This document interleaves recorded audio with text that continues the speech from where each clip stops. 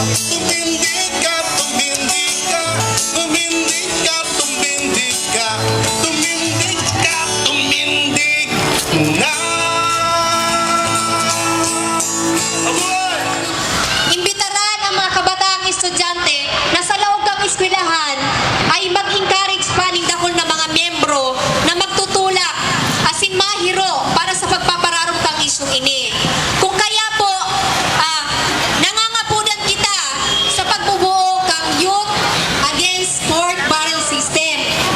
Kung mahihiling ka po, inimbitaran ka ang gabos na Student Council sa loob ng Naga City.